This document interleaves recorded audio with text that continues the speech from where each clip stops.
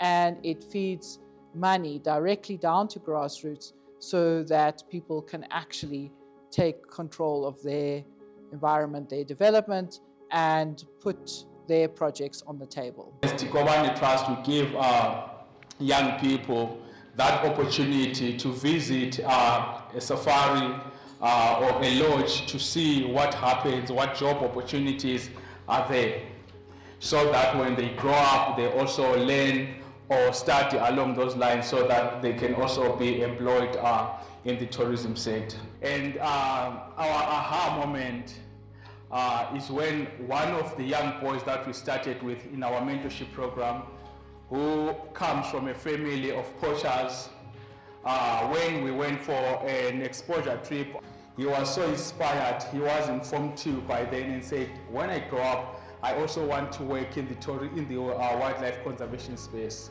Last year, the boy was admitted in one of the programs that works with wildlife, and is the youngest game ranger in Wange National Park, of which that really excites us very much because we are seeing the impact of our work.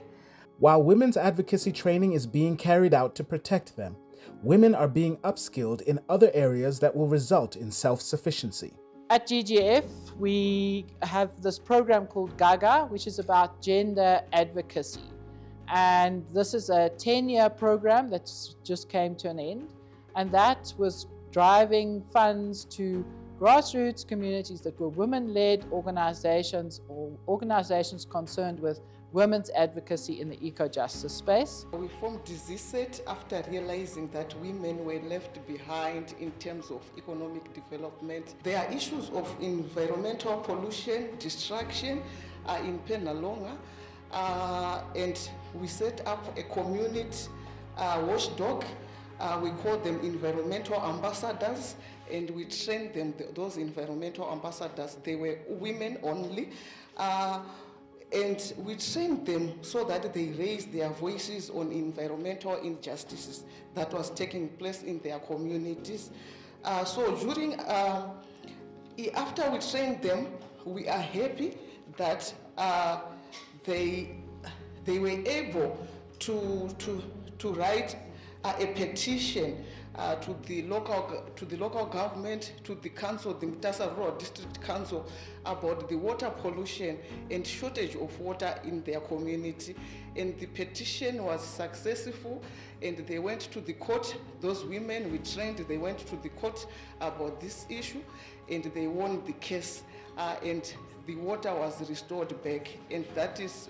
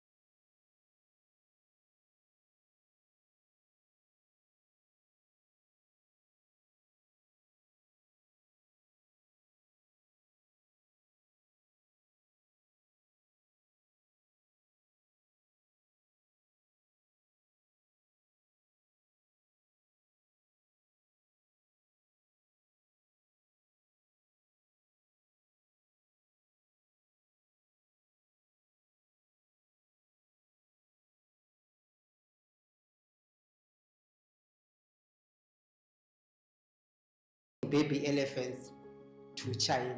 We did an undercover investigation where we got someone who went into the park, identified where the captured baby elephants were, took pictures of them, and actually had the recordings even of the numbers, and even got approximate ages because it was somebody who was in the environmental field who knew everything. Then from there, with all that documented evidence, we then brought our issue.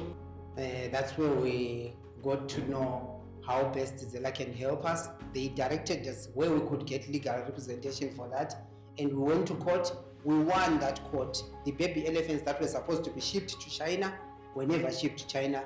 They were released from the captivities in Hwange National Park. But whilst we were doing that, because we had stepped on someone's toes, it was a very, very dangerous area. The mining companies failed to follow proper procedure. They started mining without having EIAs. No environmental management, environmental impact assessment was done by this mining when they started.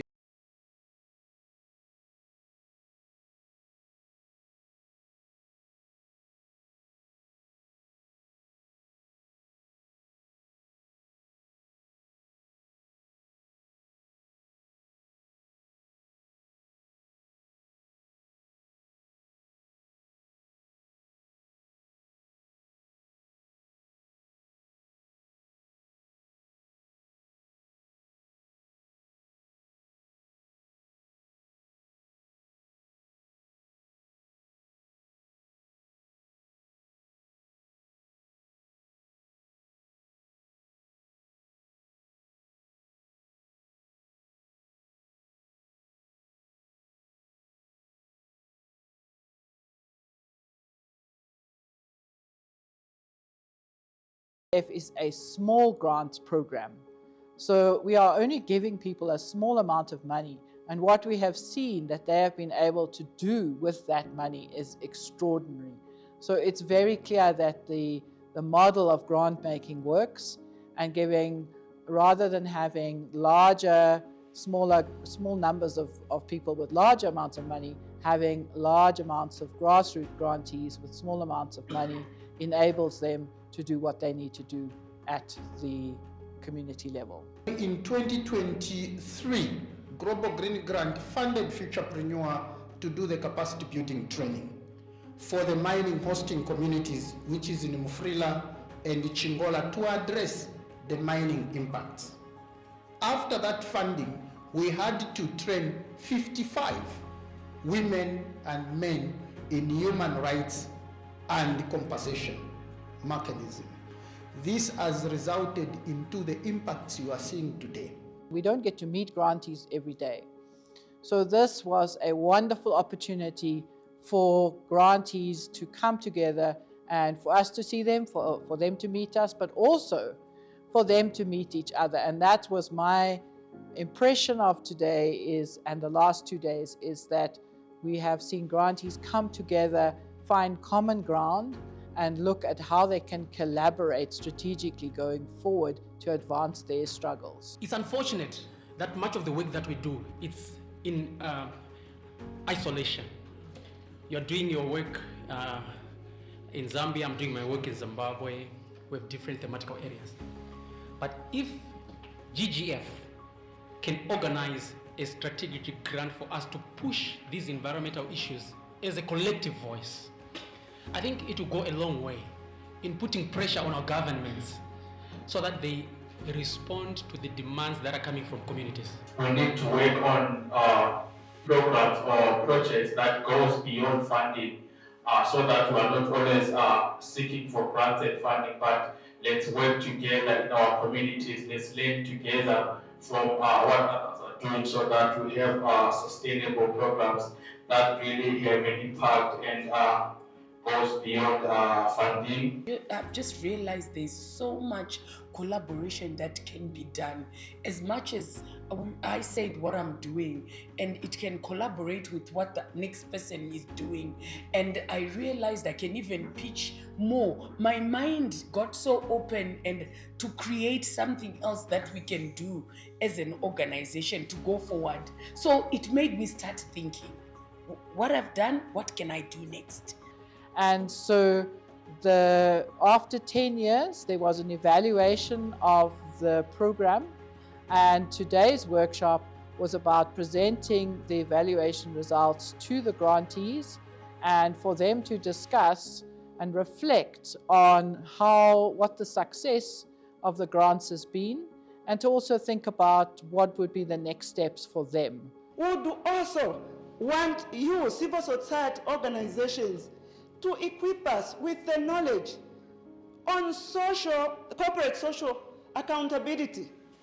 we would want you to advocate for this corporate social accountability to be turned into law so that these mining companies can be taken to task.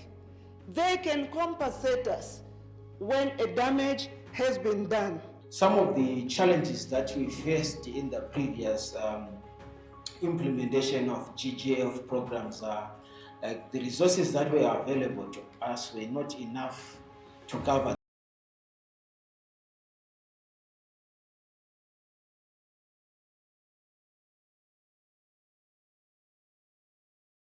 Our session. Thank you so much, and I would like to say thank you so much, guys. Thank you.